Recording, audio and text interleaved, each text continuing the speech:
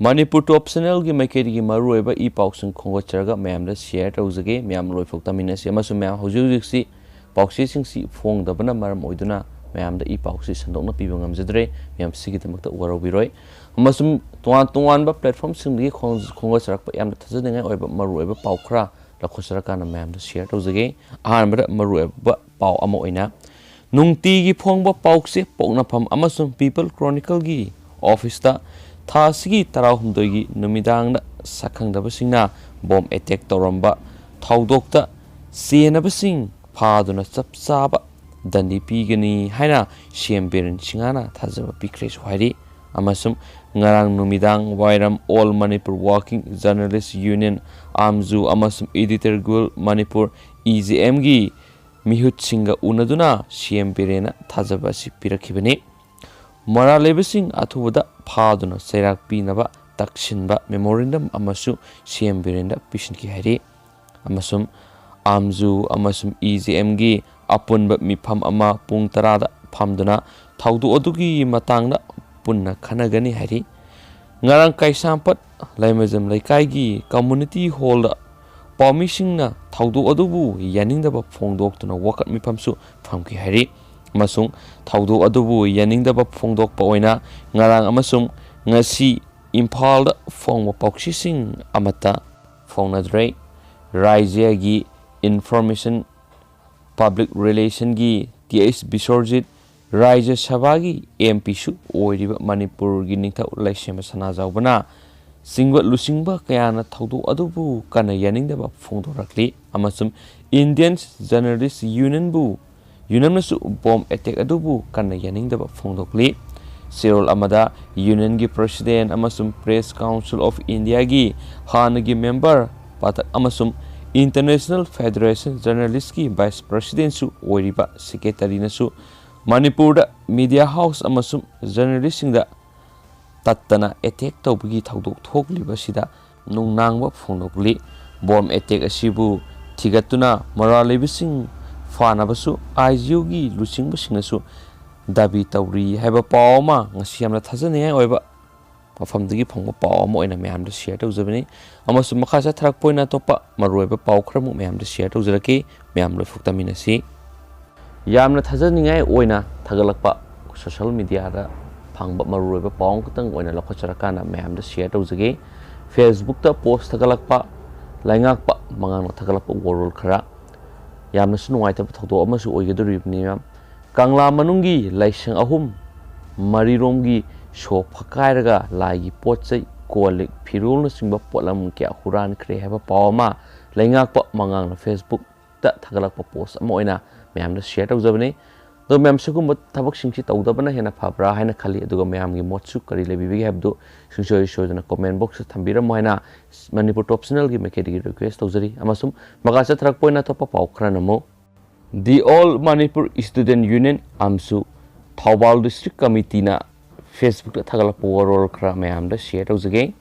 luingaini kumaina lakpada Manipur mahiroi singge apun malup suna harau tayambaga loinana Manipur miyamda maru oina naga miyamda yepa paujal pizari komeyesina lakpada lamdam asida laiminariba zati phurup khudingma nungsi sanana laiminanaba amadi sakhotpa Manipur ama oirasno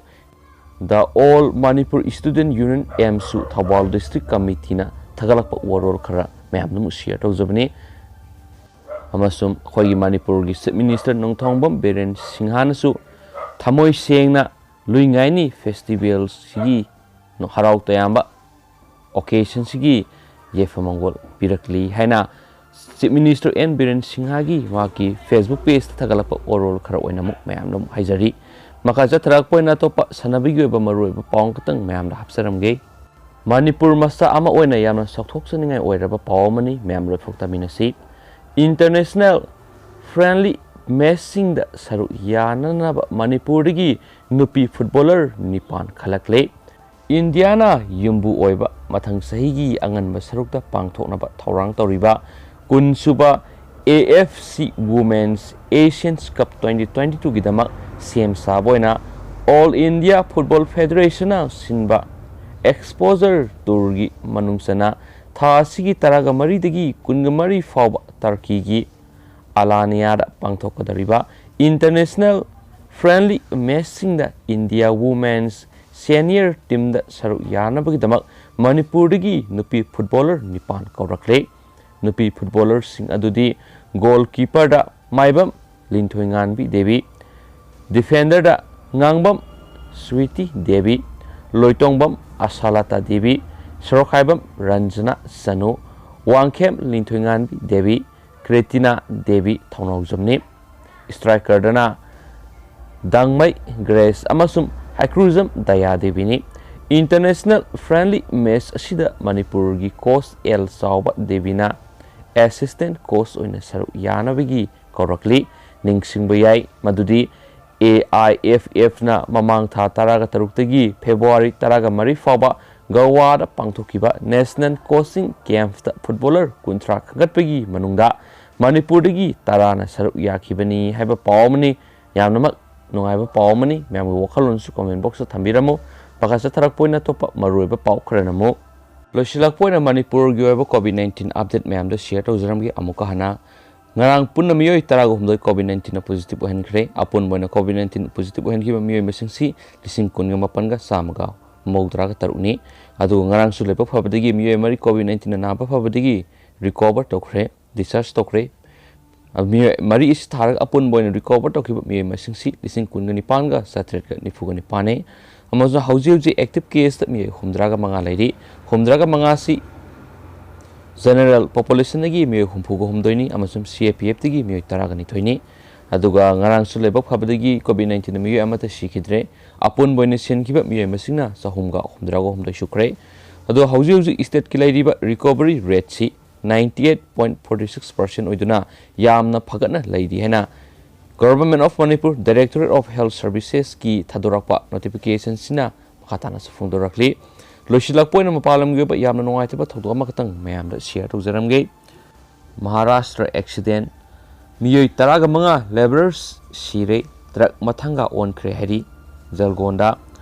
यामद्रबदा मियोई तरागा मंगा labourer सिरे अनि अमना सोगले vehicle सु मथंगा ओनखरे मफमसिना जलगोनगी किंगोन village Yawal तालुकादा थोखिबनी सुहाइरी अमसुम थोखिबसिना ngarang nomaijung mitani suhairi amasum laikhidraba miyoi singsi miyoi taret amadi nupani duga miyoi taruk amana nupini amasum miyoi ani mana angang ni suhaina pawsina makhatari amaromda truck driver du local police na fakhre haiba pawmusu ufunari laikhidraba laborer singsi aboda karhala amasum rabardagi miyoi ngaktani haina su police na hairi masum sigi thaudoksi kingon village ki temple meya da thokhibani hairi masum miyoi manga amadi tamthina sokre haiba pawmusu pawshin makhatari makhogi rokhorpum tokwa treatment sing hospital lokhali hena source asina su makhatana phongdorli hauji oini di ma'am pawsi matang se lusinjrage anobu I paw hek lakpaga ma'am da update pizarake amasum pathok sakhi bisda sokhiba lan khiba kya yar su ngakpi gani hena manipur top channel gi mekedi request tawjari